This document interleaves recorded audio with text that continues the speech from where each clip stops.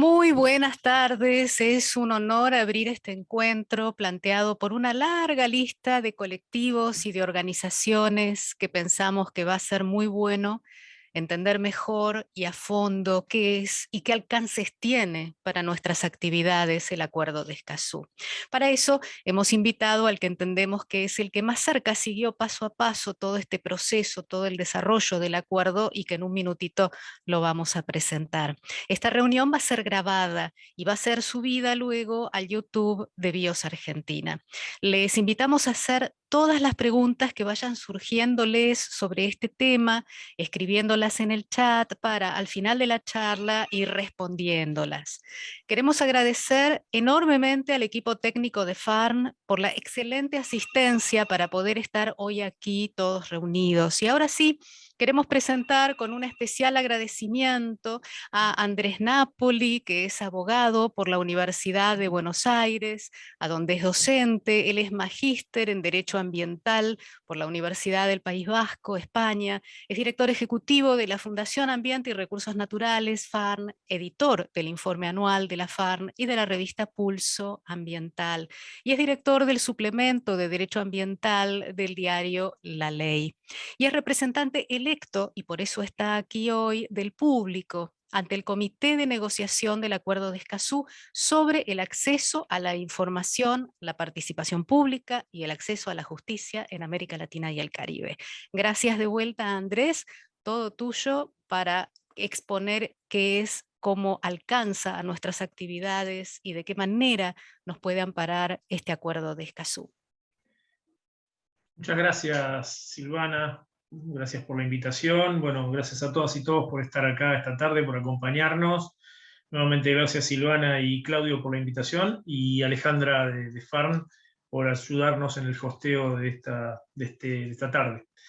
Bueno, lo que vamos a hacer hoy es hablar del Acuerdo de Escazú, un acuerdo muy particular que me tocó acompañar en su conformación de cerca, en su momento de lo que fue el primer esbozo que tuvo el acuerdo, allá en Río +20, y después como representante electo del público. Si quieren, en algún momento más adelante puedo explicar qué significa eso, pero voy a acompañar mi presentación con unas diapositivas para no hacerlo tan aburrido, así que ahora mismo voy a estar compartiendo una pantalla para que ustedes puedan seguirlo. Bien, me avisan cuando ya la tengamos, así iniciamos.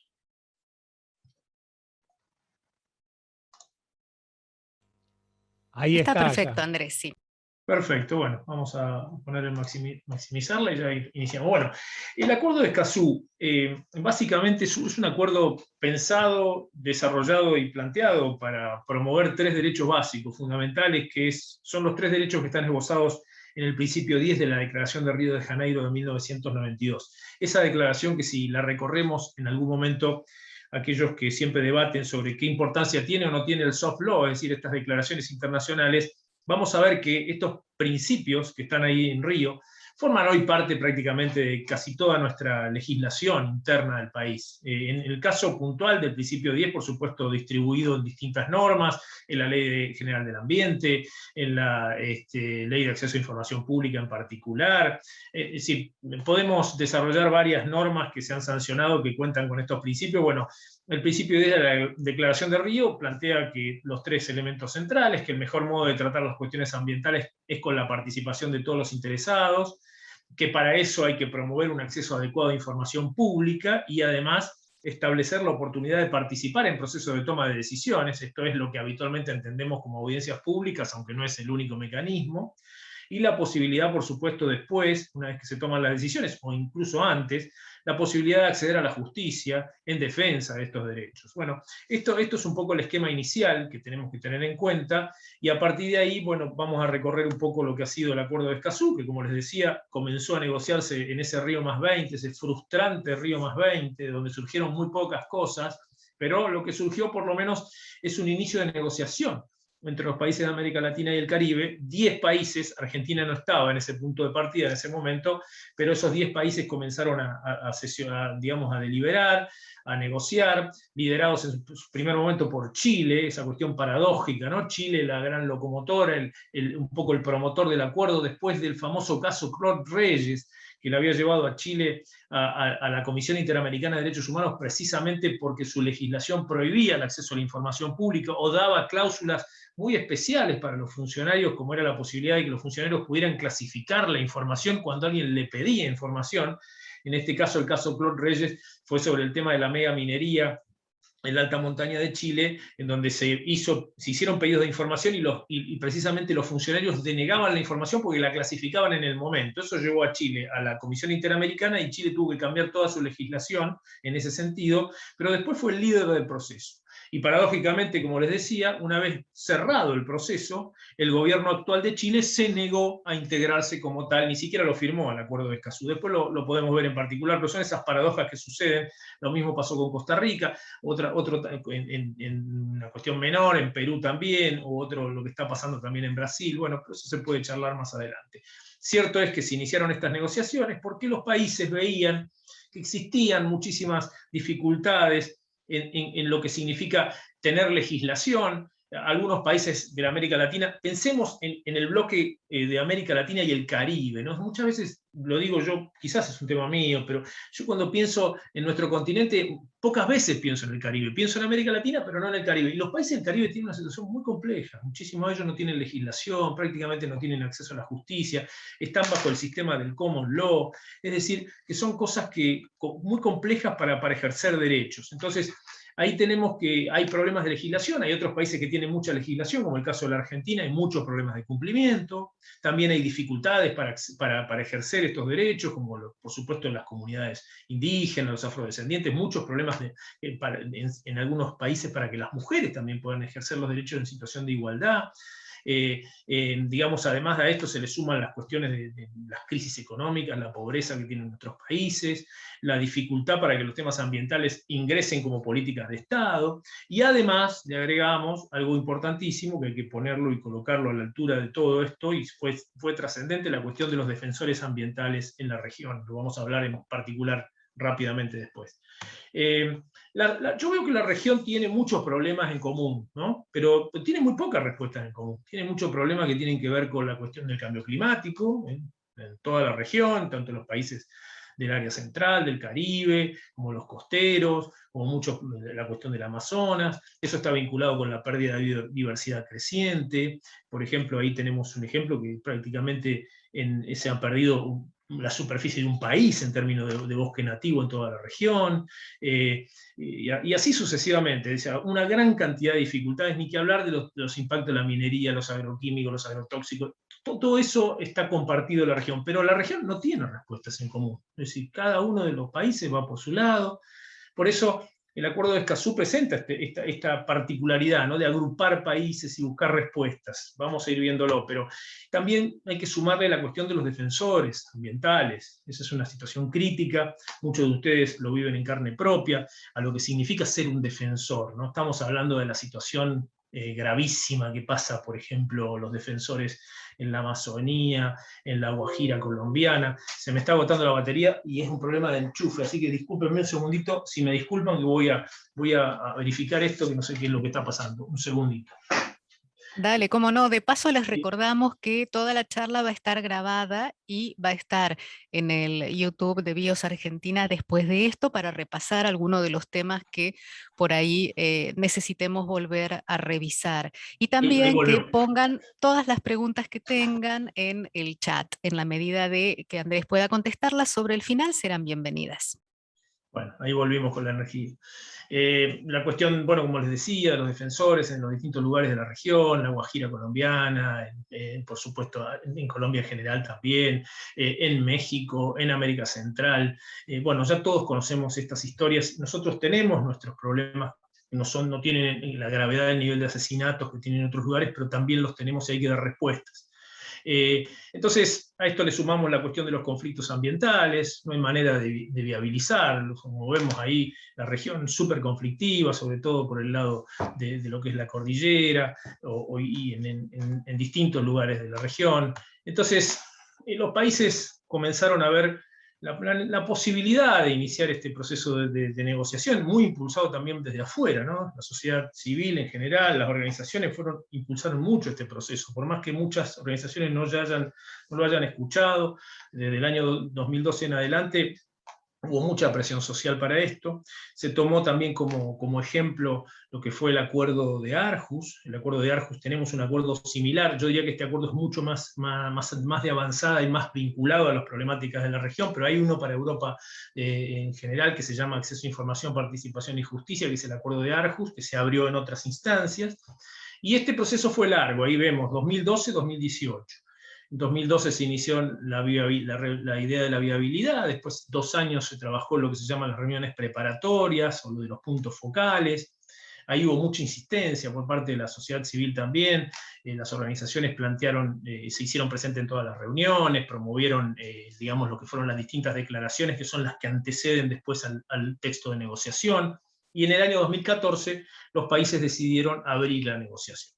Esta negociación, como vemos, duró muchos años. Yo digo, ¿por qué duró tantos años? Porque siempre que hay una necesidad de un acuerdo entre países, hay como a veces necesidades de hacerlo por algo, ¿no? Por una urgencia, o por lograr algún objetivo determinado, o regular una determinada sustancia, o algo que está en el comercio internacional. Bueno, este acuerdo regula derechos, es otra cosa, totalmente diferente, por eso es tan interesante, ¿no? Pero ahí los países no estaban muy urgidos por esto, estaban urgidos porque tenían presiones desde adentro de la sociedad en general. Pero hubo 4 años de negociación muy larga, 9 reuniones presenciales, 4 virtuales. Las primeras reuniones presenciales duraron 2 días y las últimas ya duraron entre 9 y 10 días, para que vean ustedes el volumen de trabajo que había en esas negociaciones, y muchas veces esas reuniones están más presididas por aquellos que tienden a bloquear la negociación que los que la tienden a facilitar. Yo recuerdo, si yo diría 2 o 3 delegados, no voy a mencionar países, pero hay 2 o 3 delegados que hacían el monopolio del uso de la palabra prácticamente durante todas las reuniones. ¿Para qué? Para evitar que se negociara y se siguiera adelante con acuerdos. Pero finalmente, el 4 de marzo del 2018, 24 países lograron en Costa Rica, ahí cerca de San José, en el municipio de Escazú, adoptaron el acuerdo. Y este acuerdo tiene algunas características. Es el primer acuerdo multilateral ambiental de América Latina y el Caribe, con todo lo que significa un acuerdo multilateral en la época del bilateralismo. Estamos hablando de acuerdos multilaterales. Es negociado por los estados, pero con participación del público. Y esta es la parte que yo creo que hay que destacar, porque me parece que esto abre también espacio para otros procesos de negociación, ¿no? Acá el público tenía representantes en el comité de negociación con derecho a voz, a hablar, en igual condición que los países. Por supuesto, no se tomaban decisiones por el voto, ni tampoco el público podía poner en la pantalla, estos acuerdos se negocian con una pantalla, una estaba en este caso en inglés y otra en castellano, poner texto, pero sí los países pueden poner los textos que el público sugiere. Y ese proceso fue andando, digamos, en el tiempo, y se lograron muchos de esos elementos. Yo diría que si hacemos una mirada del acuerdo desde el principio al fin, el público logró poner, por ejemplo, el principio de no regresión, logró poner varias de las cláusulas importantes en participación, prácticamente todo el capítulo de acceso a la justicia en lo que es la parte procedimental, y enteramente el capítulo de defensores ambientales. ¿Por qué? Porque el capítulo de defensores ambientales no estaba en el texto inicial de negociación, vino después, vino cuando los defensores se hicieron presentes en el acuerdo, cuando los relatores de Naciones Unidas, John Knox y David Frost, se hicieron presentes en el acuerdo a pedirle a los países que incorporaran las cláusulas de protección de defensores. Y eso es un logro importantísimo que se logró, digamos, desde la sociedad hacia los estados, ¿no? Así que me parece que hay una cuestión importante para destacar. Y eso nos lleva a la idea del vínculo entre la cuestión de los derechos humanos y el ambiente. Es decir, este acuerdo es un puente entre estas dos cuestiones, ¿no? Porque ustedes saben que los derechos humanos y ambiente a nivel internacional nunca estuvieron juntos. De hecho, siempre decimos, bueno, ¿por qué no podemos acceder a la Comisión Interamericana de Derechos Humanos? Precisamente porque los tratados de derechos humanos no abordan el tratamiento del derecho al ambiente. Sí se hace a través de otras peticiones que llegan a esas instancias digamos, del sistema interamericano, lo hacen a través de los pueblos indígenas, por ejemplo, se defiende el derecho de los pueblos indígenas y ahí ingresa la defensa del ambiente en general, o peticiones que hacen los países, pero no en concreto y en específico como lo hace Escazú. Por supuesto, el acuerdo tiene muchas premisas para que los grupos, las personas en situación de vulnerabilidad sean protegidos, por eso es la idea de la premisa de no dejar a nadie atrás, y además es un instrumento vinculante, y esto es algo central, porque el acuerdo tenía esta dificultad, ¿no? Se preguntaban, los países decían, bueno, ¿qué estamos negociando? ¿Estamos negociando un acuerdo vinculante o una declaración? Por supuesto que quienes participábamos del acuerdo queríamos que fuera vinculante todo tiempo, y se logró eso, pero al final, ¿no? Los países negociaron como si fuera vinculante, pero no habían dicho que eso iba a ser así, y al final fue vinculante. ¿Qué significa vinculante? Bueno, que es un instrumento legal, y además que no ha sido reservado, esto es que todos los países que adhieran e ingresen ratificando el acuerdo van a tener que aplicarlo en su totalidad, no van a decir, te aplico esta cláusula y aquella no. Y eso fue un proceso bastante largo también.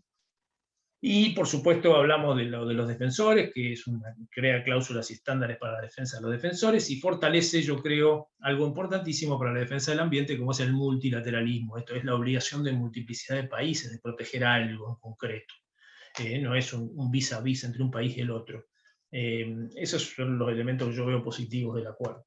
Entonces, es un acuerdo, por supuesto, que está imbricado también en lo que es la agenda internacional, de lo que es los ODS, en lo que es la interdependencia entre derechos humanos y ambiente, y está basado, como les decía, en derechos, que es algo raro para la temática ambiental, porque precisamente los temas ambientales siempre tratan de cuestiones específicas, ¿no? Es decir, los acuerdos que tenemos son, por supuesto, el acuerdo de la biodiversidad, el cambio climático, determinadas sustancias, la prohibición de circulación, por ejemplo, de residuos nucleares. Son específicos. Este es un acuerdo más pensado en la base de derechos. Bueno, acá está el texto del acuerdo, sencillo, cortito, pero bastante incisivo, ¿no? El acuerdo tiene, como si lo miramos, una estructura típica de un acuerdo internacional, con una primera parte, con un preámbulo, con objetivos, con definiciones y principios. Ahí está el principio de no regresión, por ejemplo, incorporado. Al que le faltó, lamentablemente, digamos, ahí pudimos incorporar el principio pro hombre, pro homine, pero no se pudo incorporar el principio indubio pro natura, en el caso de duda en favor de la naturaleza. Eso fue lamentablemente una cláusula específica que uno de los países puso como condición para firmar el acuerdo, país importante de la región. Y bueno, se consideró que se debía dejar atrás. De alguna forma desarma la idea de los principios, porque los principios se enumeran por pares. Está uno con el otro, ¿no? El principio precautorio tiene el de prevención, el de no regresión tiene el principio de la progresividad. Bueno, al pro homine le falta el pro natura, o el indubio pro natura. Entonces, pero bueno, eso es un proceso que yo creo que va a seguir trabajándose y se va a poder incorporar a futuro. Y el acuerdo tiene esa parte operativa, esos 4 casilleros que están ahí: acceso a información, participación, justicia y defensores, cada uno con sus instrumentos.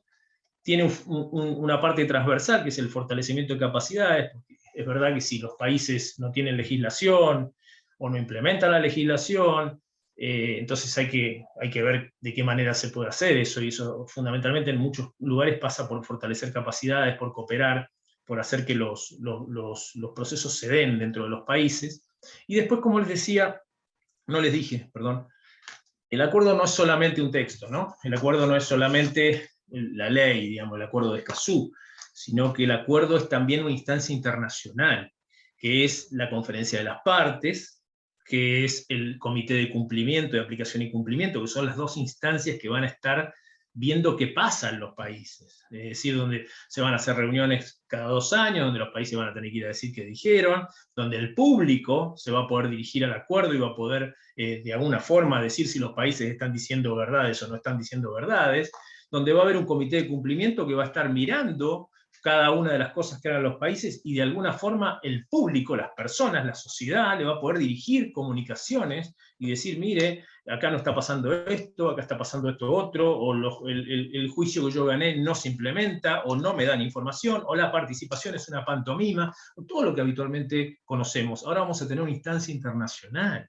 para poder dirigir ese reclamo y poder encontrar respuestas en otros espacios que además trasciendan al nuestro propio. Así que me parece que eso hay que encontrarle esos dos temas, ¿no? La norma y la implementación internacional también. Bien, entonces, este acuerdo tiene estos pilares, y vamos a hablar un poquitito de cada cosa, no muy extendidamente, pero voy a tratar de hacerlo lo más rápido posible. Bueno, vamos a ver de cada uno de los bloques qué es lo que rescatamos. En acceso a información, participación, justicia y defensores. Si lo miramos desde acceso a información hacia defensores, yo diría que el acuerdo fue creciendo en lo que consiguió, ¿no es cierto?, en los aspectos que logró consolidar. Y eso tiene que ver, ¿saben con qué también? Con que el proceso de incidencia de la sociedad civil, de las organizaciones, fue creciendo en el tiempo.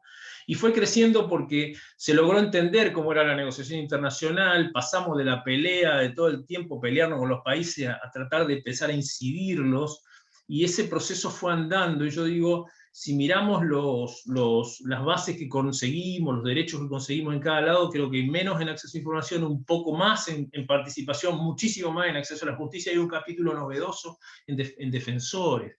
Todo eso creo que tuvo que ver con esa idea de aprendizaje, nos llevó bastante, pero bueno, se logró aprender y se logró generar una confianza que se establecieron estas decisiones. Bueno, en términos de derechos, vamos a hablar la posibilidad de conseguir información sin mencionar un interés especial. Nosotros tenemos la normativa de información, pero no diría que nos quedemos solo con lo que tenemos nosotros como países, porque estamos hablando de un estándar regional. Hay países que ni siquiera tienen normativa de acceso a la información pública, por eso que ya en una norma internacional les digan esto, les levanta la vara y les pone el estándar allá arriba. Hay obligaciones de garantizar el acceso a la información de acuerdo a la máxima publicidad, estableciendo regímenes de excepción. Esto es cuando no te dan información de manera muy limitada. Ustedes saben que el principio de información es que la información es pública, salvo que la normativa diga que no lo es, o que lo meta dentro de lo que se llaman las excepciones. Eso tiene que ser muy limitado. Tiene que haber mecanismos de revisión y control independiente. Esto es una novedad realmente para controlar cómo está funcionando el tema de acceso a la información. Imagínense que Argentina es un país, pero que esto va a tener que ser aplicado en todas las jurisdicciones, en las provincias, en los municipios. Entonces hay que mirar todo ese proceso de esta forma. Después también, para los estados hay una obligación de generar y de difundir información ambiental, de contar con informes sobre el estado del ambiente, que de hecho es una obligación. Argentina lo tiene desde el año 2002, y hasta acá los informes del ambiente solamente no los podemos llegar a contar con los dedos de una mano. Han aparecido muy poco y muy discontinuamente. Después señalo dos temas que creo que van a ser de interés. La idea de promover el acceso a información contenida en concesiones, contratos, convenios, autorizaciones de bienes y servicios públicos que otorgue el Estado. Es un elemento para tener en cuenta. Ya no hay posibilidad de cerrar todos estos instrumentos bajo cláusulas de confidencialidad. O adoptar medidas para promover el acceso a la información ambiental que se encuentre en manos de privados, en particular de aquellos privados que en sus operaciones pueden generar riesgos o efectos sobre la salud y el ambiente. Vean ahí que hay un elemento muy interesante para señalar, y yo quiero rescatar acá un reciente fallo que hemos obtenido contra YPF, se llama FARM con YPF, sobre acceso a información pública en el tema de vaca muerta, en donde YPF lamentablemente se escuda atrás de la nueva ley de acceso a información pública, que le da la posibilidad de no brindar información. Es bastante complejo el tema, pero lo que quiero decir son dos cosas. Esa ley se sancionó después del famoso caso Giustiniani, para evitar que YPF tuviera que dar información de vuelta, pero no contento con eso, hubo un fallo de la Corte, y además apareció el acuerdo de Escazú, que tira abajo todas esas cláusulas supuestas de confidencialidad cuando lo que está en juego es un bien público. Entonces el fallo de FARC con YPF lo que hace es ratificar esa línea, y además dice, y ojo, no es solo para YPF, es para los demás también. Entonces, acá nos abre un camino para trabajar muy importante, por eso yo digo que esto es un instrumento que está muy vivo, más allá de lo que los países quieran o no quieran hacer, porque es una herramienta que nosotros podemos utilizar para esto. Y acá ya tenemos un ejemplo. Bueno, vamos a pasar al otro punto, es el tema de las decisiones, la toma de la participación en los procesos de decisiones, que yo creo que acá hay algunos elementos interesantes que van más allá del derecho. Por supuesto que hay que asegurar la participación del público en estos procesos, que hay que proporcionar información necesaria para que se pueda participar y a través de medios apropiados, que las condiciones para la participación, y acá empezamos a tener los temas que yo creo que va a haber que revisar y mucho, condiciones propicias para que la participación se adecue a las características sociales, económicas, culturales, geográficas y de género del público. Entonces, cuando vayamos a ser convocados a un proceso de participación, a una audiencia pública, todos estos temas hay que mirar si se cumplen, cómo se cumplen, de qué manera se van a cumplir, cómo se garantiza que se garantiza la participación de la condición social o cultural de los grupos y personas que están allí. Veamos todos estos elementos, ¿no? Y después hay algunas cosas de proactividad que también son muy interesantes plantear. Hay que tener una consideración especial para personas y grupos en situación de vulnerabilidad, a los cuales el acuerdo le da mucho significado, no solamente acá, sino en varios párrafos, en varios pasajes.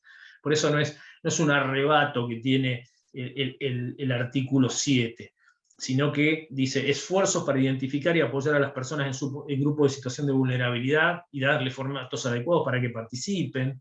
Respetar, por supuesto, y hacer cumplir las obligaciones internacionales relativas a los pueblos indígenas, que esto está súper vapuleado. El acuerdo del convenio 169 de la OIT es algo muy reclamado en toda la región, en Argentina en particular, no se cumple. El acuerdo de Escazú lo que viene es a ratificar esto también. Y además, vean que el Estado va a tener que hacer esfuerzos para identificar al público afectado y facilitar su participación. Ya no va a ser te publico esto en un diario y si te enteraste venía a participar. Ya el Estado va a tener que ver si estuvo en diálogo con la comunidad, cuáles son los esfuerzos que hizo, cómo hizo para garantizar que ellos participen, de qué manera. Y además, por supuesto, publicar la información en formatos que sean entendibles para toda la población. Hay muchos elementos para trabajar en este sentido y para hacer que los procesos de participación sean más abiertos. Ni que hablar de un país como Argentina, que ni siquiera tiene una ley de evaluación de impacto ambiental a nivel federal. Ustedes saben que somos, no sé, no tengo la cuenta, pero vamos a ser el único país de la región que no tiene esta normativa a nivel federal, la tiene a nivel provincial, la tiene a nivel local, pero eso no obsta, digamos, nos está faltando una norma de presupuestos mínimos que unifiquen todas estas normativas que hay en las provincias, son todas distintas, disímiles, algunas tienen audiencias públicas obligatorias, otras no las son, algunas toman en consideración, otros no. Y entonces eso es un problema muy complejo que se va a enfrentar, se está enfrentando ahora, lo que plantea el acuerdo de Escazú, que todas esas digamos, normativas tienen que tener estos estándares, ¿no? Y después, bueno, viene la cuestión del acceso a la justicia, que quizás es un poco complejo, muchas veces nos interesa más a los abogados, pero vale decirlo rápidamente. Yo diría que este acuerdo es muy trascendente en términos de acceso a la justicia. ¿Por qué? Porque permite el acceso a la justicia. Cuando yo les mencioné que había un acuerdo europeo, que era el acuerdo de Aarhus, que establecía el acceso a la justicia, el acuerdo europeo permite el acceso a la justicia solo cuando se vulnere la posibilidad de acceder a información o a participar en procesos de toma de decisiones. En esos casos está abierto el acceso a la justicia. En nuestro caso, vean el último bullet acá abajo, se dice que se va a poder acceder a la justicia contra cualquier otra decisión o acción o omisión que afecte o pueda afectar de manera adversa al ambiente o contravenir normas jurídicas relacionadas con el ambiente. Lo que está diciéndoles Escazú es que el acceso a la justicia, cuando pase esto, está garantizado. Y esto es un elemento central y muy novedoso. Este acuerdo es novedoso en este sentido, ¿no? Habla del acceso a la justicia en sí mismo, ¿no? Ya no en relación al acceso a información y participación.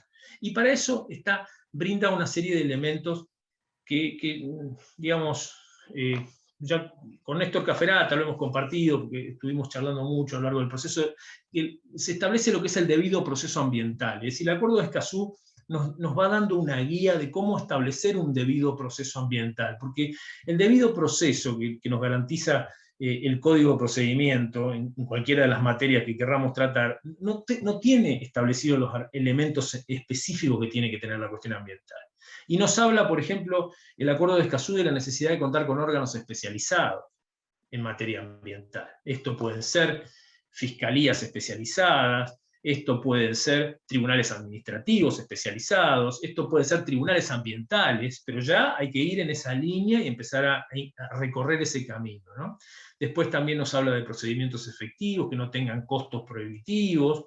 Por supuesto, ratificar la cuestión de la legitimación activa amplia, esto es que cualquier persona puede defender el ambiente, esto que para nosotros parece, esto ya lo tenemos, sí, pero está bien que lo tenemos en algunos lugares y en otros lugares del interior del país. Muchos tribunales niegan todavía la legitimación activa amplia, y ni que hablar en los países de América Latina, donde esta palabra, legitimación activa amplia, es poco menos que una palabra herética, ¿no? Es una palabra que nadie la quiere entender, nadie quiere ni escucharla, ¿no? México, por ejemplo, Chile, cuando escuchaban la palabra legitimación activa amplia, ponían el grito en el cielo. Por supuesto, la posibilidad de facilitar las medidas de producción de prueba. El acuerdo se mete fuerte en los temas de la prueba, que son tan complejos en los temas ambientales, mecanismos de reparación, y por supuesto la posibilidad de brindar asistencia técnica y jurídica a aquellos que la necesiten. Y esto es un mandato, ya está hablando de que vamos a tener que empezar a generar instancias. Andrés, sí, perdón. Te pido mil disculpas esta interrupción. Hay muchos que no somos especialistas en derecho, escuchándote con mucha atención. ¿Podrías explicar qué quiere decir legitimación activa amplia? Sí, claro. Gracias. Sí, por supuesto. Gracias a ustedes, gracias a vos, Claudio, por el pedido. La legitimación activa amplia, la legitimación activa es la posibilidad de estar en juicio. Y estar en juicio, para hacerlo en términos de derecho, uno puede estar en juicio cuando tiene un interés. Es decir, por ejemplo, habitualmente en el derecho, bueno, vamos a juicio cuando tenemos una deuda, o digamos, o queremos reclamar algo en donde podemos demostrar un interés. Por ejemplo, si tenemos la suerte de ser propietario, podemos mostrar el título de propiedad y reclamar que no nos pagaron el interés. Pero ¿qué pasa en relación al ambiente? Y ahí viene la cuestión, ¿quién tiene la legitimación para defender el ambiente? Y eso va a depender un poco de la legislación que tenga cada país. En la Argentina, el artículo 43 de la Constitución establece que el ambiente lo puede promover la defensa del ambiente el afectado, el defensor del pueblo, las organizaciones no gubernamentales o digamos, organizaciones conformadas con tal fin. La Ley General del Ambiente lo amplía un poco más, eso diciendo toda persona, pero esta cuestión de la legitimación activa amplia es la posibilidad de defender el ambiente y de ir a juicio en esa defensa. Y eso es un tema controvertido aún en la Argentina, que tiene esta idea de la legitimación activa amplia. Imagínense ustedes en países que ni siquiera tienen esta mención. En la defensa del ambiente solamente la va a poder hacer aquel que está afectado en un derecho subjetivo, es decir, que por ejemplo una cuestión ambiental le terminó afectando la salud, la propiedad o algún bien determinado. Si no, se va a poder hacer la defensa del ambiente, vamos a tener que recurrir a un órgano estatal para que lo haga, por ejemplo un fiscal o alguien que lo quiera llevar adelante. Pero con esto haber respondido. Pero este acuerdo de Escazú lo que hace es le pone más ímpetu a esto y está diciendo que la defensa del ambiente es un bien, digamos, una posibilidad que puede ejercer cualquiera. Entonces, esto es trascendente. No quiero abundar mucho con los temas de acceso a la justicia porque son complejos, cada ítem nos llevaría a un punto determinado. Por ejemplo, vean en tema de la prueba, la posibilidad de invertir la carga de la prueba, es decir, la posibilidad de que el que tenga que probar, digamos, sea el que genera el daño, o generar lo dice el acuerdo, la carga probatoria dinámica, es decir, que la prueba la tiene que aportar el que la tiene y uno no la debería producir. Son elementos bastante importantes, aún en países como los nuestros que tienen muy desarrolladas, en muchos casos, digamos, los fallos judiciales. Después tenemos la cuestión de los defensores, que me parece que es un elemento central. No en vano está puesta ahí la cara de Berta Cáceres, porque Berta Cáceres creo que fue la que impactó finalmente y permitió que este proceso, lamentablemente, con todo lo que le pasó a ella, con la cantidad de veces que se desoyeron los reclamos y las advertencias que existían y la amenaza que existía sobre su persona. Igualmente, lamentablemente, fue asesinada. Tenía inclusive una cláusula de protección especial establecida por la Comisión Interamericana de Derechos Humanos, que fue desoída. Entonces, el Acuerdo de Escazú es también un homenaje a ella, un homenaje a todos los luchadores ambientales que lamentablemente perdieron y siguen perdiendo la vida en sus procesos, ¿no? La de Chico Mendes, por supuesto, en Brasil, bueno, tantos otros. Entonces, el acuerdo nos lleva a que además América Latina y el Caribe tienen, como dice ahí, las grandes cifras de la violencia, en donde Brasil, Colombia, Honduras, Nicaragua, se llevan lamentablemente estos asesinatos a la cabeza de todo el mundo. No estamos hablando solamente de la región realmente riesgosa para la defensa del ambiente. Y estos procesos de los defensores de la violencia, realmente no son, la muerte no es lo que aparece, la muerte es el final de todo un proceso de amenaza, de intimidaciones, de discriminación, de vulneración de derechos sistemáticos que se da durante muchísimo tiempo, que incluso aquellos que tienen la suerte de que no son, digamos, no mueren, tienen que irse de su tierra, vivir en otros países. Yo conozco muchísimas organizaciones que extraen a los defensores de sus territorios, se los llevan 6 meses, 1 año a vivir en otro país, hasta que la violencia baja, sacan a toda su familia, después vuelven otra vez y los acompañan a regresar a su territorio. Son casos gravísimos. Y esto está pasando en nuestra región, ¿no? Por eso el acuerdo un poco establece medidas que van a tener que instrumentarse, pero son medidas, por lo menos, que yo las pondría ahí, no vamos a entrar a mirar específicamente, pero son las medidas que pidieron los defensores, es decir, están allí la palabra, las palabras que ellos pidieron ingresar en el texto, ¿no? La idea de establecer un entorno seguro y propicio, es algo de lo que hablan siempre, la necesidad de poder desarrollar su actividad de manera segura. También el acuerdo establece medidas antes de que sucedan los procesos, digamos, de persecución o de intimidación, medidas de prevención y protección para digamos, la forma de realizarlos antes, y medidas de respuesta cuando sucedieron, ¿no? Esto va a tener que realizarse en los distintos países, se va a tener que instrumentar. Yo me imagino, estamos intentando trabajar en Argentina a través de la Secretaría de Derechos Humanos para ver de qué manera vamos a poder poner en práctica la defensa de los defensores. Hace muy poquito tiempo tuvimos una gran persecución en Andalgalá, en donde estuvimos comenzando a ver de qué manera el Acuerdo de Escazú empezaba a dar medidas, y el acuerdo, ustedes saben que todavía no está no tuvo su primera reunión de las conferencias de las partes, pero ya estamos intentando que el acuerdo tenga medidas provisionales, incluso antes de reunir a la conferencia de las partes para dar estas respuestas. Bueno, acá hay todo un proceso que está abierto y que necesitamos tener alguna respuesta y ir instrumentando medidas, ¿no? Quiero, sobre el final, hablar un poco. Esta foto habla del público, ¿no? Esta es una reunión, no sé ni cuál fue, pero ahí estábamos agrupados. De este lado, digamos, del otro lado del público están los países negociando, y ahí es la posibilidad de pedir la palabra. Ven que hay micrófonos por todos lados, se puede pedir la palabra. Y este proceso, como les decía, bueno, representantes del público somos 6 personas, ahí vemos cuáles son las modalidades, podemos usar la palabra pero no tener derecho a voto. Les garantizo que no hubo ninguna decisión que se tomó por el voto, porque estos son procesos de consenso, y la posibilidad de presentar propuestas que pueden ser incorporadas y son apoyadas por al menos un país. Y esto no era un obstáculo, sino que finalmente muchos países adoptaron las propuestas del público, ¿no? En ese caso hubo representantes de toda la región. Las 2 titulares fueron Daniel Andrade de Jamaica y Andrea Sangüesa de Chile. Después hubo 4 suplentes de Santa Lucía, de Colombia, de México, y en mi caso no era por Argentina, era representante general, pero fui electo por Argentina. Básicamente el público, como les decía, incorporó los elementos que ya mencioné, no voy a volver a repetirlos. Fue muy importante, y me parece que este proceso que se abre a partir de ahora nos da una idea de cómo está progresando Escazú. El acuerdo tiene 13 países ingresados en la región, y tenemos países grandes como Argentina y México. tenemos Uruguay, también está Bolivia, está Ecuador, Panamá, después hay algunos países más chicos, pero lo importante es que, bueno, el acuerdo ya tiene algunos países, digamos, llamados grandes como para ingresar. Creo que la situación de Brasil no la tengo ni que mencionar, bajo este gobierno es irreversible.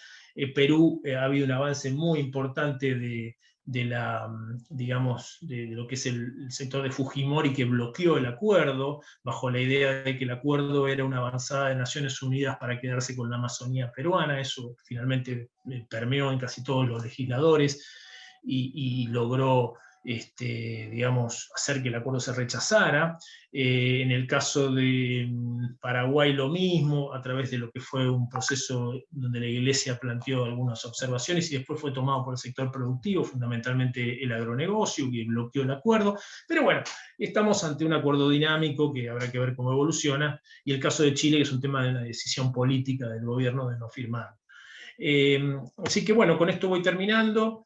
El acuerdo ya está en aplicación, pasó su etapa de la firma, de la ratificación, de entrada en vigencia, y se espera que la primera conferencia de las partes sesione, pandemia mediante, el 22 de abril del año que viene en Santiago de Chile. Tiempo en el cual sería muy importante lograr una muy buena movilización hacia ese lugar, o dirigida hacia el Acuerdo de Escazú. Y una palabra que me parece que es importante mencionar es que el acuerdo está abierto al público. Eso significa que las reuniones van a ser abiertas, que el público, esté en el lugar o no esté en el lugar, puede hablar en la medida que se anote. Cualquiera que quiera participar del acuerdo no tiene más que anotarse en la página de la CEPAL, poniendo Acuerdo de Escazú CEPAL, se anota ahí, ya forma parte del acuerdo, ya puede ser parte del mismo. Así que es un acuerdo interesante, que vamos a ver cómo se desarrolla, y como siempre digo, no es magia, es simplemente un instrumento, una herramienta que la podremos utilizar o no en la medida en que sepamos y querramos hacerlo. Con esto yo cierro. Está la foto del día posterior al Acuerdo de Escazú, en el mismo lugar donde se celebró, y bueno, con esto le cierro acá, quedo a disposición. Bien, muchísimas gracias, Andrés. Han estado pasando una serie de preguntas por el chat. Claudio las estuvo sistematizando, así que si, Claudio, querés ir pasando los comentarios y las preguntas, con todo gusto. Voy a parar, perdón. Ya. Ahí estamos. Ya. Ahí estamos. Hola. Hay un montón de preguntas. Sí, más que sistematizar, apenas si las pude ir copiando, y me voy a referir solamente a las preguntas. Por supuesto, hay un montón de agradecimientos y demás.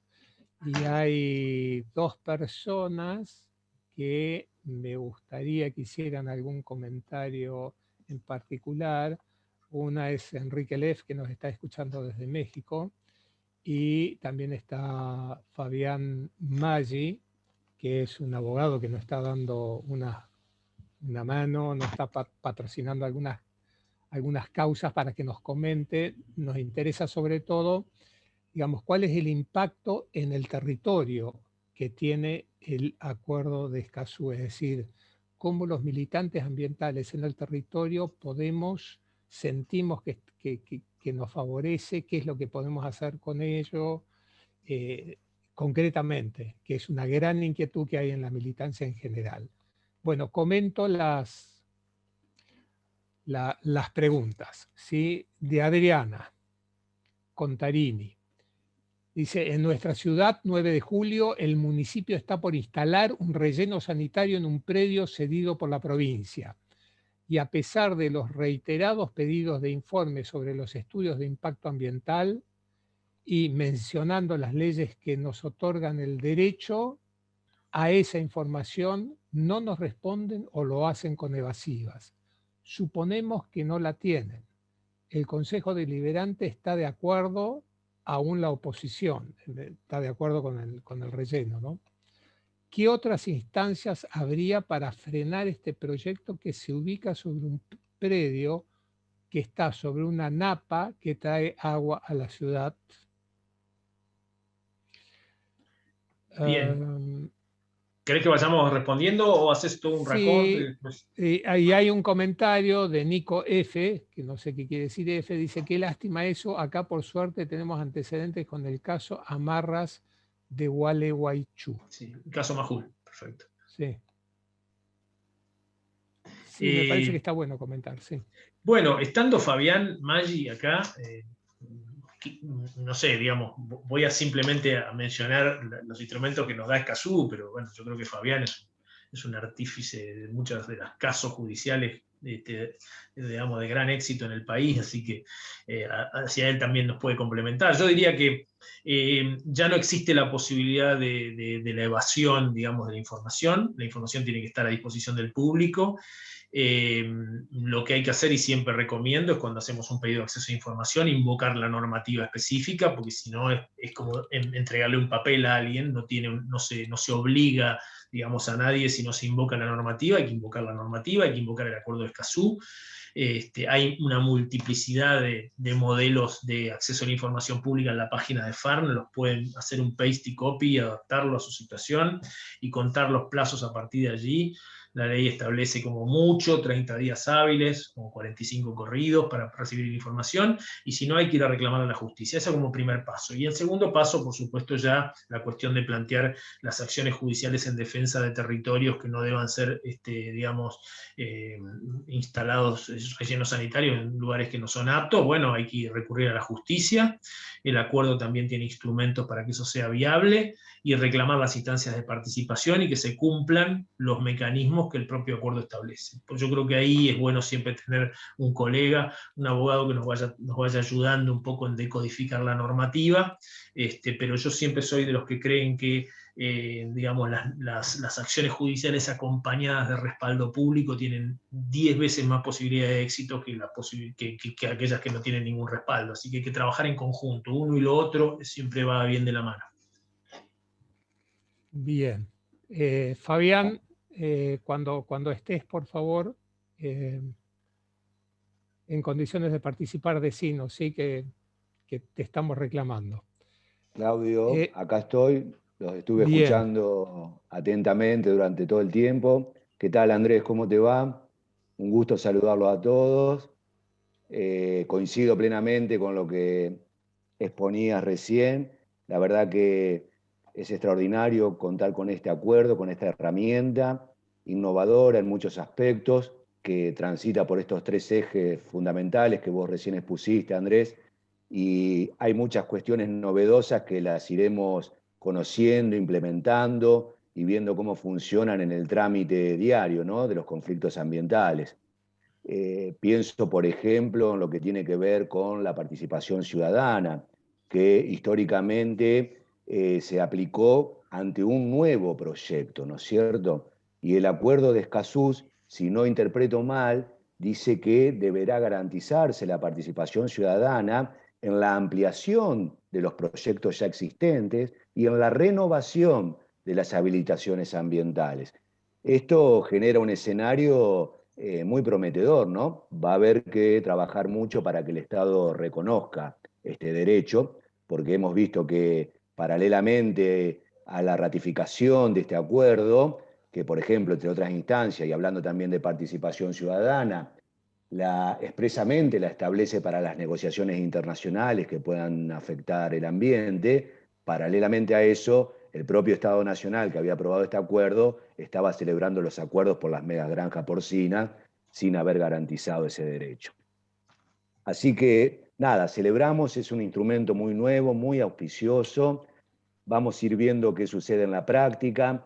El otro factor que Andrés también señalaba, el debido proceso ambiental, ¿no?, en la garantía de acceso a la jurisdicción, también va a tener una influencia extraordinaria, porque notamos en un gran número de casos de conflictos ambientales que están judicializados, que si bien el gobierno, el Poder Judicial le da tratamiento, por ejemplo, pensemos en una medida cautelar, pero que no la hacen efectiva, digamos. Pedidos de informe reiterados, y no hay una efectividad, no hay una garantía de ese debido proceso.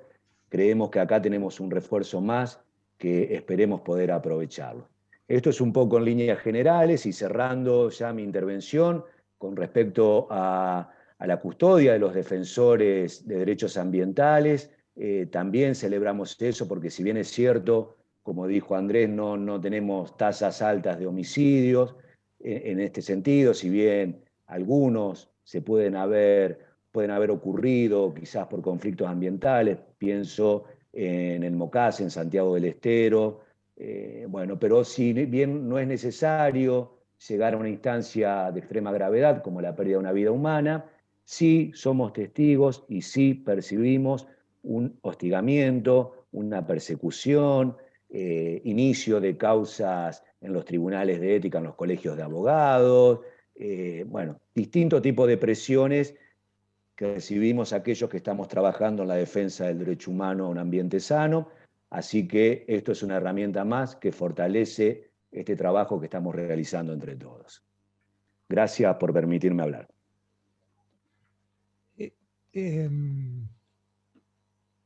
Gracias, Fabián. Hay una pregunta de Silvana que dice así. En el caso de un ciudadano que solicite información ambiental a una autoridad municipal, por ejemplo, y se la niegue, ¿cómo hacer valer su pedido a la luz del acuerdo? ¿Debe inevitablemente estar patrocinado por un abogado para hacerlo? ¿A quién reclamar si no es oído? Y yo complemento acá, ¿no? No es que se la niegue, sino directamente no contestan, no responden para nada. Y hay varias preguntas en este mismo sentido. Bueno, en el caso de que lo más habitual es que no es verdad, que no contesta los pedidos de informe, entonces se toma como una negativa tácita a brindar información. En ese caso, bueno, la normativa de la Ley de Acceso a Información Pública Ambiental y la Ley de Acceso a Información Pública, las dos permiten el acceso a la justicia de manera directa. En ese caso yo siempre digo, para acceder a información no hace falta contar con la firma de un abogado, el patrocinio de un abogado, pero sí para acceder a la justicia. En ese caso se puede recurrir directamente por lo que se llama el amparo por mora de la administración, porque simplemente la administración estaba obligada y no cumplió, entonces se lo puede requerir por esa vía, y al Estado no le queda otra alternativa que traer la información, ninguna otra alternativa, y además pagar las costas del juicio. ¿El acuerdo de Escazú cómo ayuda en esto? Claro, ayuda porque es una herramienta más todavía que hay, ya no se está incumpliendo solo con la normativa nacional, sino con un acuerdo internacional, que además esperamos que la Argentina pueda el año que viene o el otro año convertirse además en un tratado de aquellos que tienen jerarquía constitucional, un tratado de derechos humanos. Vamos a trabajar para que eso sea, lo que ya va a tener más protección. Y me parece que, bueno, hay que hacer valer esos derechos, ¿no? Y además, yo diría, al acuerdo de Escazú, aprovechando un poco lo que planteaba Fabián, como tiene una instancia internacional, yo creo que hay que comenzar a documentar los incumplimientos que se dan para ponerlos a conocimiento internacional digamos, cuando Argentina dé el informe del acuerdo de Escazú, digamos, todo lo que hizo, digamos, supuestamente para cumplir el acuerdo, exista la posibilidad también de que esté este informe diciendo, miren todos los problemas que hay en la Argentina y todas las situaciones de imposibilidad de acceder a información o participación o denegación de justicia, o como decía Fabián, la imposibilidad de cumplir con medidas cautelares y hacerlas conocer, porque además ahí van a estar los representantes del público que van a elevar esa queja y además van a hacer valer ese derecho. Así que hay que tomar esta herramienta y empezar a ejercerla, ¿no es cierto? No quedarse solamente con lo que nos pasa alrededor, sino que saber que hay una dimensión un poco más amplia que nos va a ayudar a defender. Sí, déjame hacer hacer una vuelta de tuerca sobre esta pregunta. Porque hay veces en que uno hace una pregunta, por ejemplo, al OPDS en la provincia de Buenos Aires, por mesa de entrada acá en el municipio, y te contestan con un número de nota que lo recibieron. Y otras veces, por ejemplo, uno lo manda al Ministerio de Agricultura pidiendo información sobre recetas de las aplicaciones de los plaguicidas, etcétera, y ni siquiera te contestan. Entonces uno no tiene la prueba de que fue recepcionado el pedido de informes. ¿Qué se hace en esas circunstancias? En esas circunstancias hay que utilizar, yo creo que hay que hacérselo conocer a la Oficina de Acceso a la Información Pública Nacional, a través del TAD, a través del sistema de trámites a distancia. Hoy que todo es a través digamos, de informe online, hay que hacérselo saber al TAD, y con eso ya uno tiene constancia de que, digamos, por más que se hayan hecho los osos en no recibir o no acusar recibo, uno ya lo tiene incorporado y metido dentro del sistema. Así que esos procesos ya no son tan fáciles de esconder, Así que hay que ir adelante y con esa prueba que tengamos de reconocimiento y de recepción a través del sistema de trámites a distancia o inclusive en la Oficina de Acceso a Información Pública Nacional ya es suficiente para que el proceso haya sido recibido. A instancia, a nivel nacional, así el pedido de Claro, informe se porque haya es hecho a la provincia. Claro, invocando la ley 27275 se puede hacer saber eso, o si no, por supuesto, a través de la ley 25831, y se le hace saber a la Oficina Nacional de Acceso a la Información Pública que tiene que velar por el acceso a la información pública a nivel nacional. Bien. Sigo. Fabián Mestralet dice, muchas gracias por su exposición. Quería consultarle justamente sobre el procedimiento judicial para presentar contra proyectos inmobiliarios que afectan derechos ambientales y ciudadanos. Hace unos años presentamos un amparo y fue sumamente complejo hacerlo. ¿Eso mejoró? La respuesta para mí no hay una respuesta unívoca, depende en el lugar en donde uno haya presentado el amparo. Hay tribunales que están más abiertos y otros menos abiertos a recibir esto. En el caso de emprendimientos inmobiliarios sobre humedales, tenemos ya el fallo Amarras o el fallo Majul de la Corte Suprema de Justicia de la Nación, que puede ser absolutamente invocado como digamos, un índice para aplicar en un proceso, digamos, con un antecedente muy directo. En el caso, como yo les mencionaba, de la cuestión de acceso a información por YPF, nosotros prácticamente teníamos ya el caso Giustiniani y el fallo de la Cámara Federal invoca el caso Giustiniani, vale decir que nos dice, bueno, lo que ustedes nos dicen, ya la Corte se pronunció en todos estos temas, entonces yo no puedo contradecir lo que la Corte planteó. Así que en el caso de este puntual que tiene que ver con cuestiones inmobiliarias, emprendimientos sobre humedales, se puede invocar perfectamente ese fallo y hay que ver qué tribunal lo va a desafiar, ¿no es cierto? Entonces yo creo que en esas cosas vamos mejorando de a poquito, pero vamos mejorando y hay que ver cómo está la justicia de cada lugar. Hay una pregunta anterior que se me había escapado. Cuando vos estabas comentando sobre la legitimación activa amplia, Nico F. preguntaba, ¿y los bienes comunes? Me imagino que se está refiriendo a cómo es la legitimación activa amplia cuando lo que se está deteriorando es un bien común. Bueno, en el caso de la Argentina nosotros tenemos esa legitimación activa amplia, es decir, la idea del afectado ya prácticamente, no te diría que toda persona podría defender el derecho a gozar de un ambiente sano, pero sí, por ejemplo, no me quiero poner técnico, pero la Ley General del Ambiente establece la posibilidad de que toda persona pueda pedir una acción de cese, vale decir, de detener la acción dañosa. En el caso de un daño ambiental, de otro tipo de acciones, se puede invocar la figura del afectado, y esa figura es bastante amplia en la Argentina, por suerte. Así que se puede, yo creo, hacer la defensa de los bienes comunes. ¿Va a haber tribunales que lo van a negar? Sí, pero habrá otros, y seguramente los más, que lo van a aceptar, y después tenemos instancias sucesivas que así se puede, digamos, hacer la defensa. Así que yo estaría cómodo en Argentina con eso. No tan cómodo en otros países. Le diría que en muchos países cualquier persona no puede defender el ambiente. Bien. Verónica pregunta, con respecto a las medidas para facilitar la producción de prueba del daño ambiental, ¿qué pasa cuando existe información disponible y publicada en revistas de investigación y las mismas son omitidas por quienes toman decisiones? Como sucede, por ejemplo, con la problemática de los agroquímicos.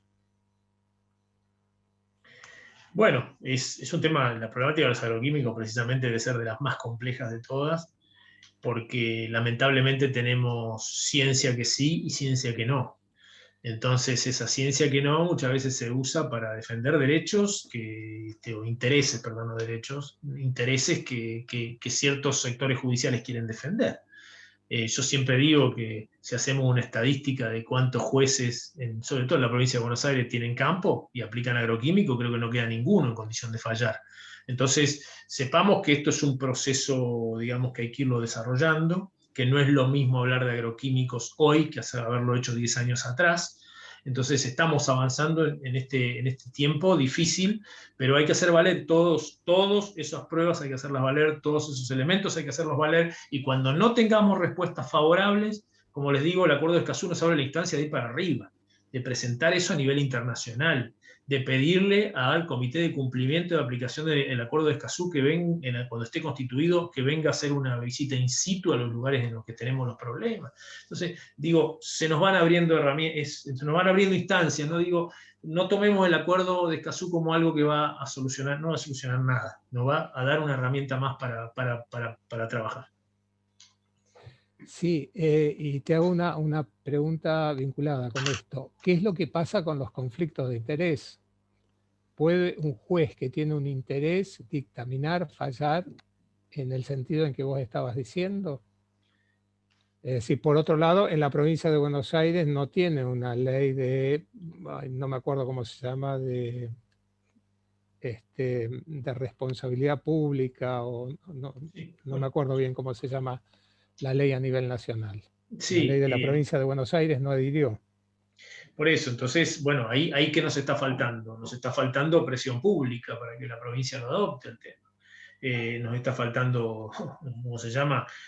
Muchísimo más trabajo a nivel social como para que esto surja. Creo que en el tema de las inhibiciones, por supuesto que claramente, digamos, la justicia es un lugar en el cual si empezamos a rascar profundo no queda nadie. En el caso, por ejemplo, les comento, digo porque es el caso de aplicación de Escazú, en el caso de aplicación del acuerdo de Escazú, en el fallo que hemos sacado hace muy poco tiempo con acceso a información pública, el fiscal que intervino le tuvimos que pedir que se apartara porque había sido gerente de legales de YPF hace 3 años y no se había apartado. Y entonces, por una cuestión de decoro, sí, finalmente se apartó, pero hasta que no se lo dijimos, el hombre iba a dictaminar en el caso. Iba a dictaminar habiendo sido jefe de legales de la empresa demandada. Entonces, es un tema complicado. Bien. Noemí pregunta, ¿se puede aplicar el acuerdo de Escazú para prevenir un daño ambiental en un municipio, por ejemplo? Se puede aplicar la normativa que tenemos, digamos, reforzada por el acuerdo de Escazú. Sí, el acuerdo es un elemento que va a reforzar muchísimo la posibilidad de defensa del ambiente en general, tanto por el acceso a la justicia como por las herramientas de información y de participación que tiene. Pero hay que comenzar a desarrollarlas esas herramientas, porque el acuerdo de Escazú lo que nos está dando es como una hoja de ruta, diciendo, bueno, el debido proceso ambiental se tiene que construir con estas bases, pero ahora tenemos que reformar el Código de Procedimiento, porque si no vamos a estar siempre invocando un acuerdo que es internacional, que no se da el lujo de detallar en procedimientos cuáles son las herramientas que hay que tener a la vista. Así que, bueno, hay que empezar a detallarlo en Código de Procedimiento, Ahí volvió, Andrés. Volvió, perfecto. Bueno, lo que estoy diciendo es que también hay que trabajar los órganos especializados. Nosotros actualmente estamos en la campaña que ahora cuando vuelva al Congreso de su vacación electoral, vamos a impulsar el tema del código, los delitos ambientales en el Código Penal, y junto de la mano con eso, la creación de una fiscalía especializada que tenga arraigo en distintos lugares del país, para que nosotros podamos requerir que sean los propios fiscales, tanto desde el punto de vista penal como desde el punto de vista civil, que yo estoy seguro que también van a creer, a partir de los órganos especializados, poder hacerse cargo de estos casos también, o acompañar lo que nosotros hagamos con este tipo de funcionarios, que van a ser los que van a tener que también proteger el ambiente. Bien. Verónica pregunta, ¿este acuerdo nos da alguna herramienta para que se revean las decisiones tomadas en las cuales se ha omitido información? Y el acuerdo, digamos, ahí ya vamos a tener que entrar en procesos de revisión, digamos, ¿no? A ver, Fabián mencionaba la posibilidad se van a abrir procesos de participación ciudadana cuando haya que renovar los permisos de evaluación de impacto ambiental, los certificados de impacto ambiental, que se vencen cada 2 años. Hay que hacer procesos de participación ahí, y hay que exigirlos, es decir, hay que estar atrás de cuando se vencen los certificados para pedir los procesos de participación. Y cuando esos procesos, imaginemos el camino, ¿no? Vamos a pedirle al OPDS que reabra un certificado, una participación en un proceso, digamos, en un certificado que dio que vence ahora y nos dice que no, bueno, de ahí nos iremos directamente a la justicia y después nos iremos al espacio internacional. Es decir, que yo lo que creo es que el acuerdo nos da todas estas posibilidades, pero también nos interpela a organizarnos para que esto suceda. Yo les cuento, actualmente soy representante del público, voy a cesar en mis funciones ahora en la primer COP, hasta ahí llegamos, y después claramente voy a empezar a trabajar para que estos procesos se vayan dando en cada uno de los, en la Argentina en particular, y podamos organizarnos para que el acuerdo, digamos, sea un receptor de todos estos temas que no se atienden en la Argentina. Así que tengamos instancias internacionales también para que esto avance. Imaginémonos, digo, lo pienso así en voz alta, que podemos juntar en las reuniones de Escazú a todas las personas los movimientos que luchan contra los agroquímicos en todos los lugares de América Latina y del Caribe. Imaginémonos lo que puede llegar a ser eso. O sea, hay que empezar a pensar esas dinámicas, ¿no?, que se pueden llegar a dar, y ver a los países recibir estas cuestiones. Yo creo que los países ni siquiera se imaginan la puerta que han abierto con Escazú. Y esto es un tema que nos interpela a organizarnos. Bien. Nico pregunta, en Mar Chiquita tenemos muchos casos que con el acuerdo estamos pudiendo enmarcarlos dentro de los derechos humanos. El manto que nos da Escazú, esperemos poder usarlo para modificar el enfoque de varios temas que nos vienen golpeando en el territorio. Es un comentario más que una pregunta, ¿verdad? Adhiero totalmente. Bien. Es decir, ¿qué me parece trascendente del comentario? Esta idea de enmarcar nuestros temas en el marco de los derechos humanos. Eso me parece clave. Es una nueva dimensión que hasta acá no teníamos y que empezamos a tener a partir de ahora. Bien, buenísimo. Ale Pastor dice, los jueces no suelen tener formación ambiental y deciden de todos modos. Eso genera injusticia. Hoy día, ¿existen juzgados exclusivamente ambientales, así como hay de otras ramas de la justicia comercial, penal, civil, etcétera? Justicia entonces incompleta si no considera lo ambiental.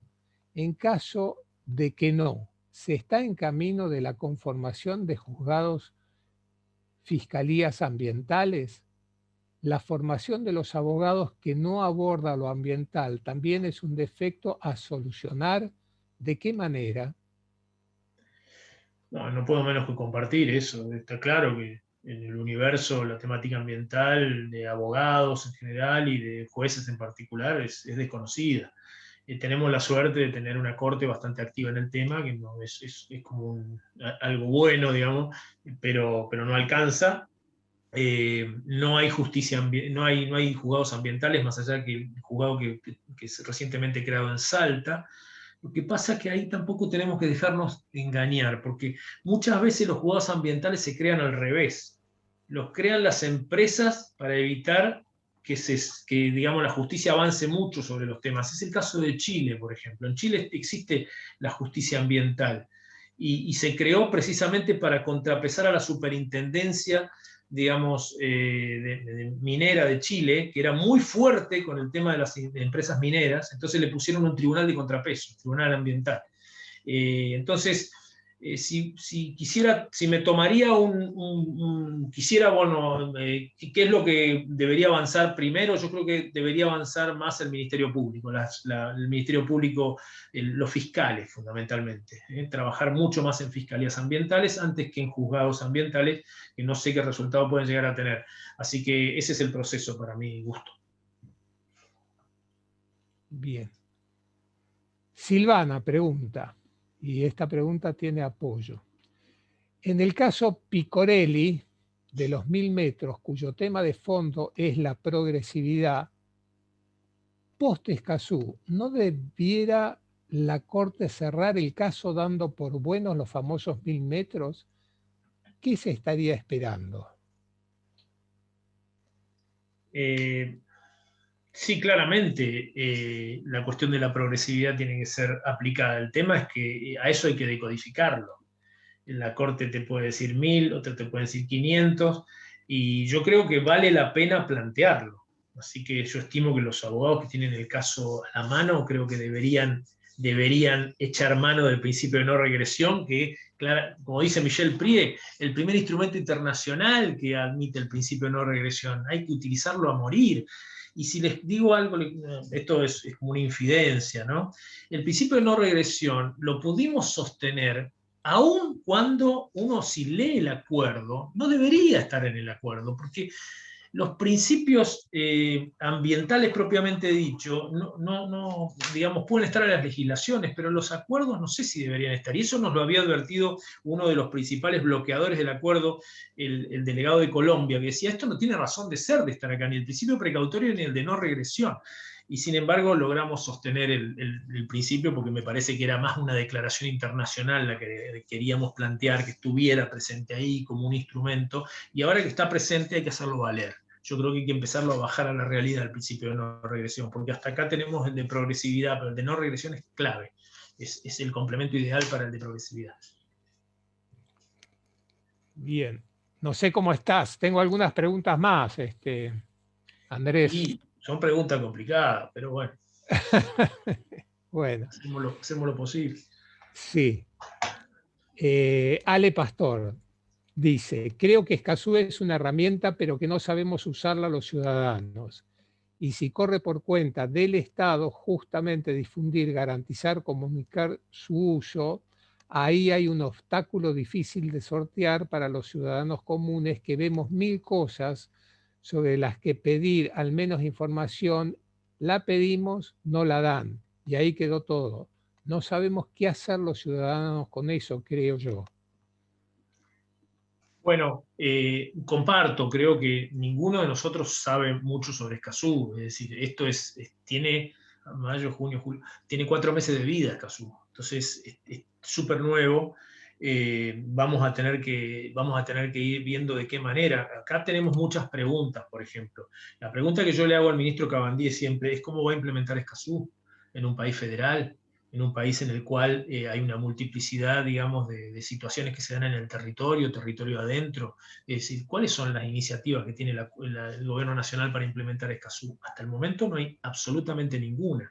Entonces es una cuestión que hay que empezar a ver por dónde se va a implementar desde el punto de vista de la instrumentación política primero. Pero nosotros, yo creo que no tenemos que esperar a que el Estado lo implemente Escazú, tenemos que empezar a exigirlo. El otro día se dio la audiencia pública con el tema del offshore, que fue una gran participación y muchísimos de las personas que participaban estaban invocando el acuerdo de Escazú. Entonces ahora hay que esperar a ver qué decisión va a tomar el ministerio para saber si hizo caso o no hizo caso Escazú. Y si no hizo caso, ya se puede uno ir a plantear la nulidad de la audiencia y después, en el caso de que no tenga respuesta por ese lado, ir a la primera conferencia de las partes de Escazú a denunciar que el gobierno argentino, que dice que cumple Escazú, la incumple sistemáticamente. Entonces, ahí están los instrumentos y las acciones. Yo creo que son los caminos que tenemos que empezar a transitar.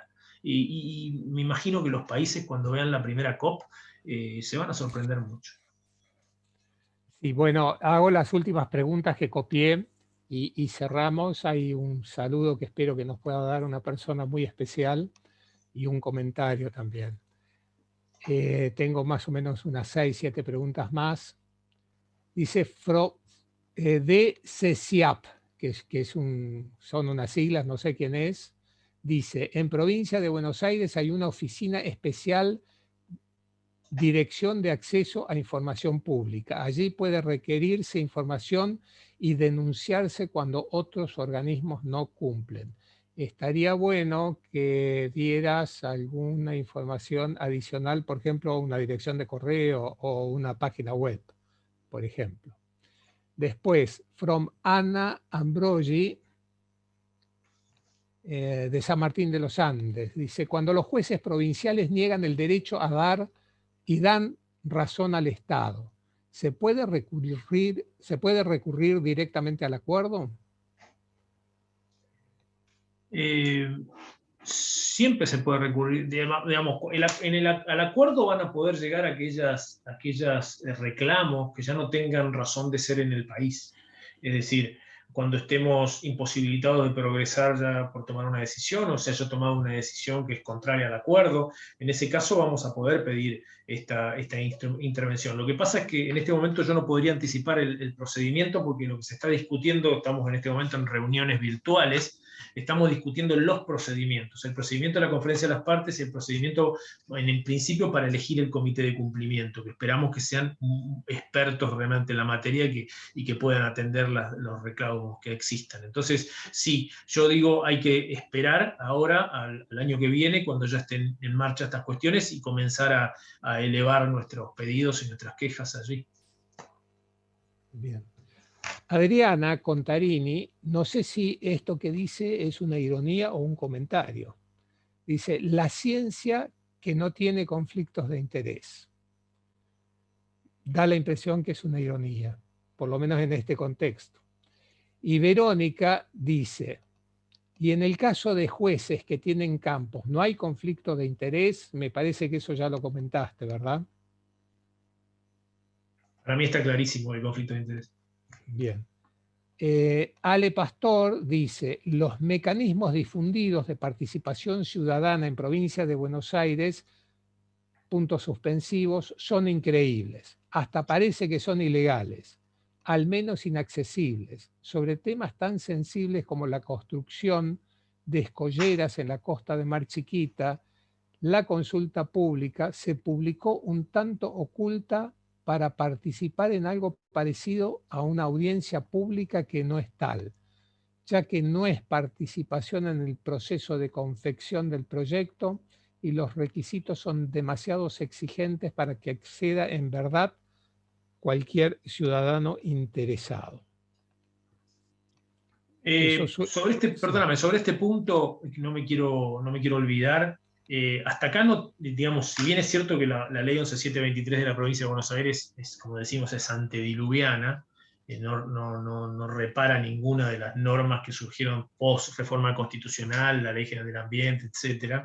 Ahora tenemos un marco de referencia para hacerla valer, que es el Acuerdo de Escazú. Es decir, hay que agarrar la normativa de la provincia de Buenos Aires y compararla contra lo que está pidiendo el Acuerdo de Escazú, y se va a caer, pero se cae sola la normativa. Vale decir, es totalmente inaplicable en ese sentido, ¿no?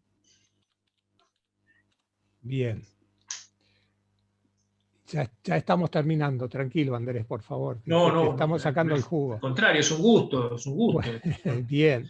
Simón Gómez dice, cuando todas las instancias de la justicia argentina son agotados y pasa a nivel internacional, ¿se puede confiar en que será más efectivo o bien que se derive a una corte internacional? ¿Es una forma de quitarle responsabilidad a la justicia argentina de hacer cumplir nuestros derechos?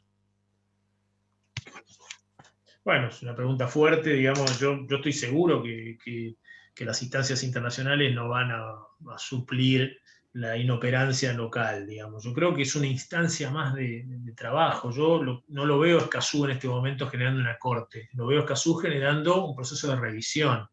Y haciendo funcionar un comité de cumplimiento, viniendo a ver lo que está pasando, dando la posibilidad de que nuestros reclamos tengan una repercusión de carácter internacional.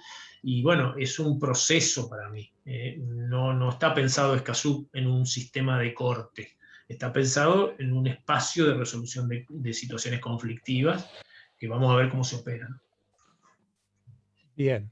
En el mismo sentido, Simón Gómez, o en el mismo contexto, dice, cuando todas las instancias, Nico Fernández, dice, jejeje, claro, es el mismo mecanismo de lo que les hacen los estudios de impacto ambiental. Y Flavia Afani dice, nos pasa con la UFIMA, nunca nos ayudó. Carolina dice... Sí, perdón. UFIMA. No Sí. pongamos a UFIMA como el ejemplo de la oficina fiscal. La UFIMA es lo que no debe ser. Fue creada por el Ministerio de Ambiente cuando surgió la causa Mendoza, se puede ocupar, digamos, simplemente lo que hace junta informe y después los remite a las fiscalías locales, que las fiscalías locales, el fiscal lo más importante que hace en su vida es hacer la instrucción, es decir, estar en el proceso, juntar las pruebas, etc. Imagínense que todo eso se lo hace, entre comillas, ¿no? Porque la instrucción no la hace tampoco la UFIMA, le manda un paquete de cosas la UFIMA a un fiscal de la provincia de Buenos Aires que lo recibe, no sabe ni de qué se trata, y lo que resulta es que termina en un cajón. Porque lo he hablado con los fiscales, me dicen, me mandan un montón de cosas que no sé ni de qué tratan ni cómo proceder, y no me voy a ocupar de eso. Por eso lo que estamos pidiendo es una unidad fiscal al estilo de la que existen delitos de lesa humanidad o lavado de dinero, que tenga una instancia de un fiscal realmente que sea sólido. En la Argentina hay muchos fiscales, y ustedes los conocen, que sean sólidos para admitir esa instancia, que después tenga ramas y brazos en cada una de las provincias, que un fiscal que esté en el Chaco tenga una camioneta, que ingrese en el monte, que hable con la gente, con las comunidades. De eso se trata, no es la UFIMA en la ciudad de Buenos Aires no haciendo absolutamente nada. Nosotros desde FARC, que recibimos millones de casos, casi ni la utilizamos la UFIMA, porque sabemos que la respuesta es como un frontón, que vuelve y no dan respuesta. Bien. Carolina pregunta, ¿el impacto ambiental y los derechos humanos de los pueblos originarios, el acuerdo, tendría que considerar ese conocimiento, ya que estos proyectos afectan cultural, social y económicamente a esas comunidades? Sí, totalmente sí. Está considerado, por supuesto, no metiéndose en los procesos, digamos, estas cuestiones están tratadas por un convenio internacional que es el 169 de la OIT, y lo que hace el acuerdo es decir que la participación tiene que tener en cuenta específicamente las circunstancias de cada uno. Nosotros sabemos que los mecanismos de participación de las comunidades originarias son específicos, y el acuerdo solamente lo único que hace es los convalida y los trata de apoyar y reforzar, pero no se mete en ellos. Sí. Y dice, a ver, Silvana, por favor, vos me dijiste que se me pasó uno de Verónica. ¿Por qué no lo comentás, por favor? Y Verónica dice que con respecto a la participación en procesos de toma de decisiones, la participación se refiere al uso de la palabra sin derecho a voto, es decir, como comunidades podemos dar nuestro punto de vista, pero no participar en forma real en la toma de decisiones. Y ese es un temita para una clase completa, ¿no? De lo que significan los mecanismos de participación. Es decir, yo no quiero ocupar mucho más tiempo porque sé que tenemos mensajes muy importantes que recibir, y diría básicamente que la participación ciudadana no es, digamos, hasta lo que es nuestra Constitución establece que el pueblo no delibera ni gobierna sino a través de sus representantes, y que los mecanismos de participación lo que hacen es intentan mejorar y consolidar los procesos de representación, pero no podríamos votar en una audiencia pública. Hay muchísimos elementos, es un trabajo que lo hago con mis alumnos, sobre cómo podríamos hacer una democracia, digamos, un proceso de participación de audiencias públicas con votos. Digamos, no está concebido de esa forma, ¿no? Porque no habría manera de garantizar legítimamente el voto de esa comunidad. Imaginémonos, lo pongo con esto cierro, que las personas que tienen que tomar la decisión sobre si se explota o no los hidrocarburos offshore en la Argentina son las 500 personas que participaron en la audiencia. Me parece que estaríamos con muy poca participación en ese sentido. Entonces, la Constitución tiene mecanismos de participación, no se utilizan en la Argentina lamentablemente, y la audiencia pública lo que hace, los mecanismos de participación, es consolidan fundamentos y hacen que las decisiones puedan llegar a cambiar. Es esto lo que tenemos hasta el momento.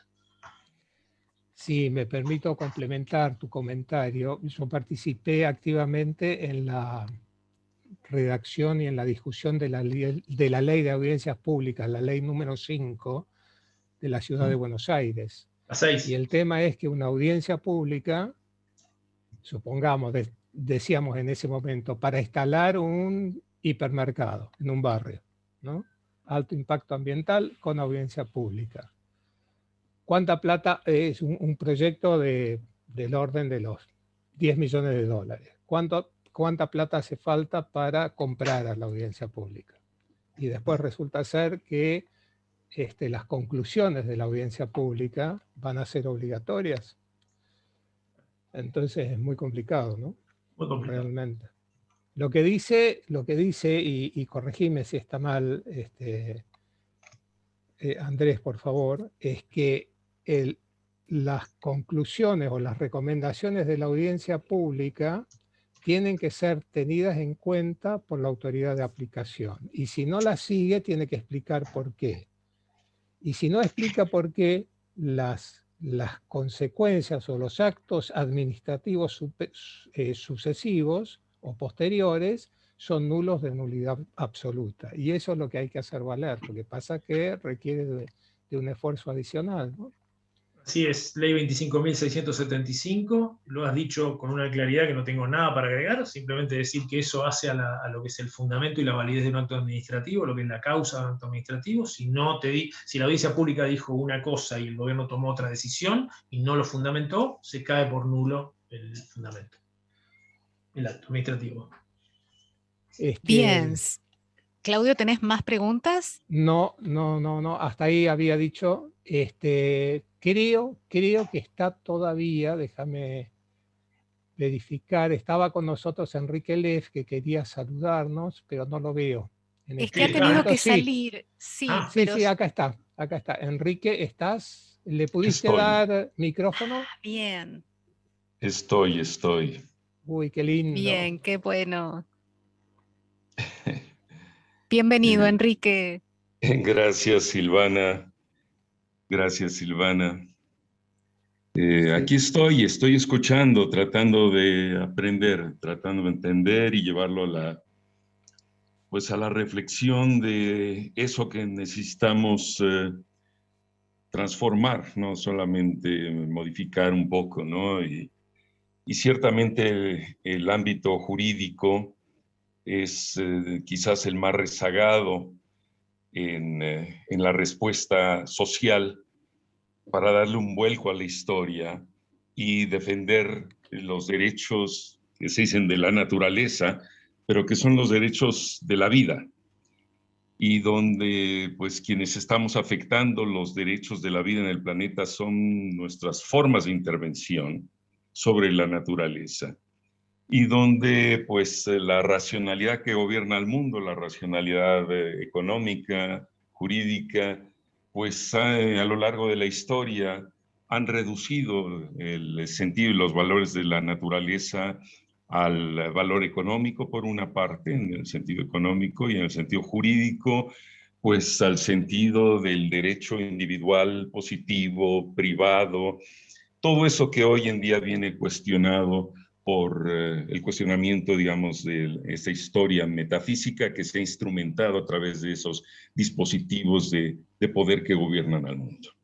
El tema es que en el campo económico hemos visto que la naturaleza no cabe, no puede ser reducida a un valor económico, y los bienes comunes, que son los bienes fundamentales, es decir, la compleja trama de la vida que sustenta la vida, no puede ser reducida tampoco a los principios, digamos, del derecho individual y privado.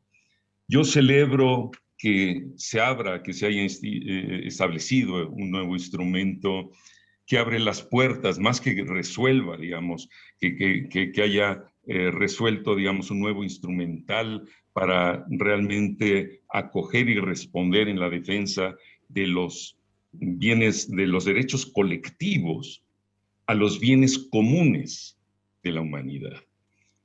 Y por lo que estoy escuchando, efectivamente, pues abre las puertas para, como decía Andrés, para ponernos las pilas y ponernos a trabajar. Pero lo que queda un tanto intocado son esos ejes fundamentales, esos principios que son los que están claramente instrumentados en los procedimientos jurídicos y judiciales para atender los conflictos. Se puede acudir a estas instancias que bien mencionaban para atender, si es que hay oídos, o sea, si es que hay algún juez o algún espacio, digamos, judicial donde atiendan reclamos ambientales. Ya se reiteró mucho en esta conversación de que cuando la ciudadanía acude a ellos no hay ni siquiera respuesta. Yo me quedo también, mi pregunta antes, se me adelantó una muy buena pregunta. ¿Hasta qué punto Escazú viene a a fortalecer, digamos, ese espacio de defensa de los derechos comunes de los pueblos indígenas del 169 de la OIT, y ya respondió Andrés, pues que lo respalda, pero no viene a agregar algo. Y eso me preocupa porque, digamos, en mi comprensión de por dónde el mundo puede dar una defensa, ponerle un alto a la expansión capitalista, para que nos entendamos, de los modos de intervención, de expropiación y de deterioro, de degradación de la naturaleza, pues son las resistencias y los procesos de reexistencia de los pueblos de la tierra, de las poblaciones indígenas, los que están en la tierra, en el campo, en espacios donde se pueden reconstituir otros modos de intervención de la naturaleza basado en otros valores, en otros principios, en otras cosmovisiones. Y bueno, pues me preocupa que Escazú no venga a fortalecer eso.